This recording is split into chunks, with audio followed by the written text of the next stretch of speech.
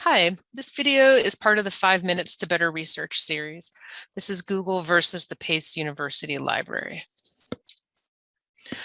So Google dominates our lives. We use it all the time, daily, if not hourly. Yet your professors and librarians will often tell you to use the library. And you might be wondering why. Why do we even need a library now that we have the internet and Google? Fair enough questions. In fact, Google is so easy. We can type in a question, a sentence, a thesis statement, whatever. And usually this works for our personal lives and needs, and it also works for getting started on a research project.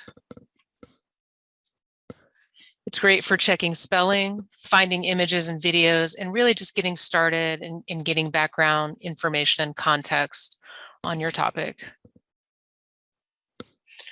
In the library, we have to search more strategically and patiently, and the search will in fact seem hard compared to Google.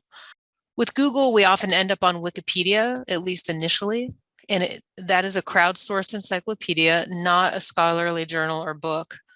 You might find in the references a list of scholarly articles, magazines, newspapers, book chapters, and then you can see if the library owns or provides access to those materials.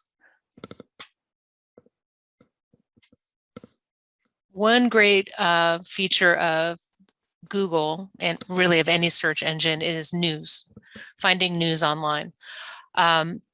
Newspapers like the New York Times provide these information-rich, appealing multimedia stories and news items. The only problem is that they may be behind a paywall.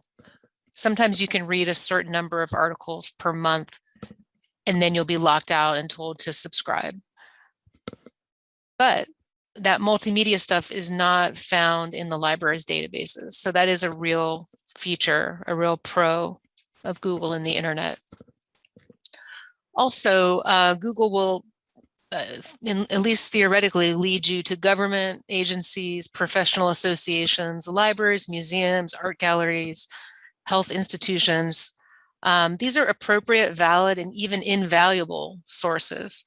And we won't find them if we're searching just the library's book catalog or the databases. But there are problems with Google. The algorithm is charged with perpetuating racist stereotypes, or I should say the people who've created the algorithm, which is very mysterious and unknown, have created one that perpetuates racist stereotypes. Google is accused of failing to diversify the workplace and of collecting our personal data and selling it to advertisers. This is a very quick summary of some of these issues that we could talk about for hours. And in a more, practical sense, Google falls short in the sense that it lacks books. Only books that are not under copyright can be offered legally, full text on the open or free internet. There are articles there, including peer-reviewed articles, but many of them are not there, and they are behind a paywall in the library, in these subscription databases that we pay for with your tuition dollars.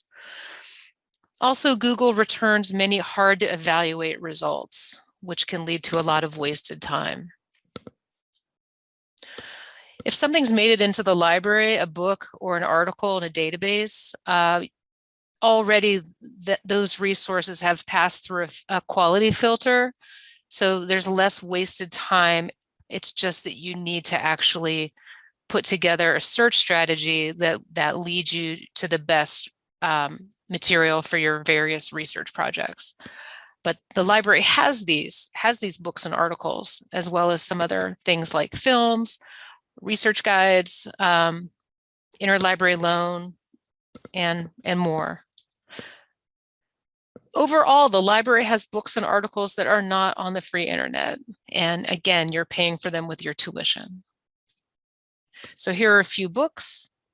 One's an ebook, 2 are print books. Here are a few articles. These are from one of the library databases.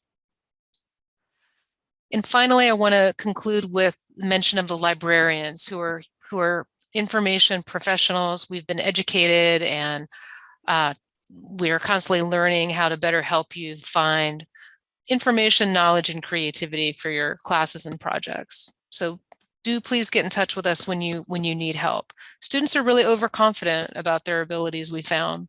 So get in touch. We'd love to help you. And here are ways to get in touch with us.